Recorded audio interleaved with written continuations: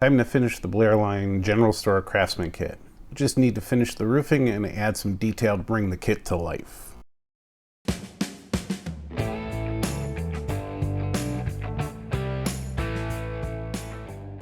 To complete all of the roofing, I needed to add the shed roof, main roof, and porch roof. The shed roof fit snug. The porch roof had 2 steps of adding the supports and then gluing to the building. This was a bit harder. And the main roof pieces had tabs and slots. Even with that, they did not fit snugly. The roof covering pieces were only attached in a few spots on their paper sprue. Since they spent weeks being moved around, most of the pieces got separated. To paint the strips, I got them all back in place and used a little edging tape to help keep them together. Watching some videos and reading some articles, I tried to mix the roof color based on what I had. I used black and green color. Even after adding more green, it looked very dark when it was wet. This was easily managed in the end by adding some white and gray chalk to flatten and weather the roof. Following the directions, I added each roof strip. I found that the more I handled them, the less sticky they got, and I would need to glue some of the edges down at the end of the project.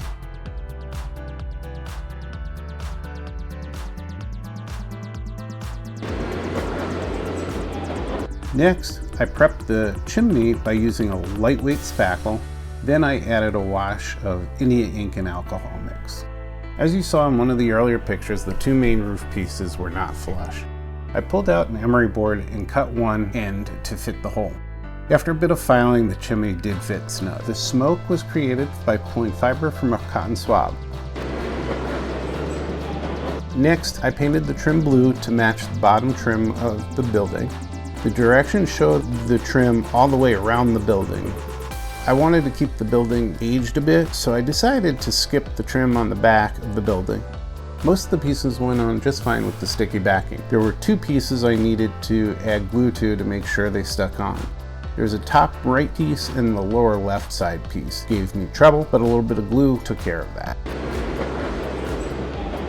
I wanted to add some of my own flavor, so I ended up with 4 signs to come off the building. I used the stock ice cream sign to create a 3D sign off of the porch post.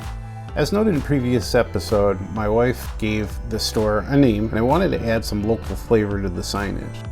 I ended up with the main sign and 2 product signs to go on the edge of the roof and also on the porch supports. The next bit of detailing was to add lighting. I really wanted to put to work what I learned with Arduinos. I purchased some LEDs already set up with wiring and a resistor. It wasn't bright enough for the interior, however, it would work well as a porch or entrance light. I went back to my Elegoo learning kit and pulled out what I needed. I used a stock sketch for a push button on the Arduino program. This is designed just to push to on and release to off.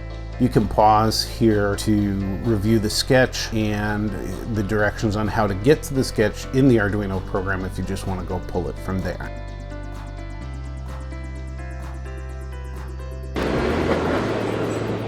If you remember from my previous update, I cut the porch supports to the instructions, but they did not fit. I needed to do something to realistically show that the porch roof was supported. I took some channel styrene and some Woodland Scenics lichen. First, I cut and glued the styrene channels together. I painted the bottoms blue to match the trim of the building and a white primer for the rest. I started with brushing it on, and that didn't work well, so I went to my airbrush. Second, I stuffed the bottom with scrap pieces of the porch post and added lichen into the top. This was to fill in the gap and hold the porch posts in place. I then glued the lichen in and glued the full post to the base of the porch. Trust me, this was not an easy process.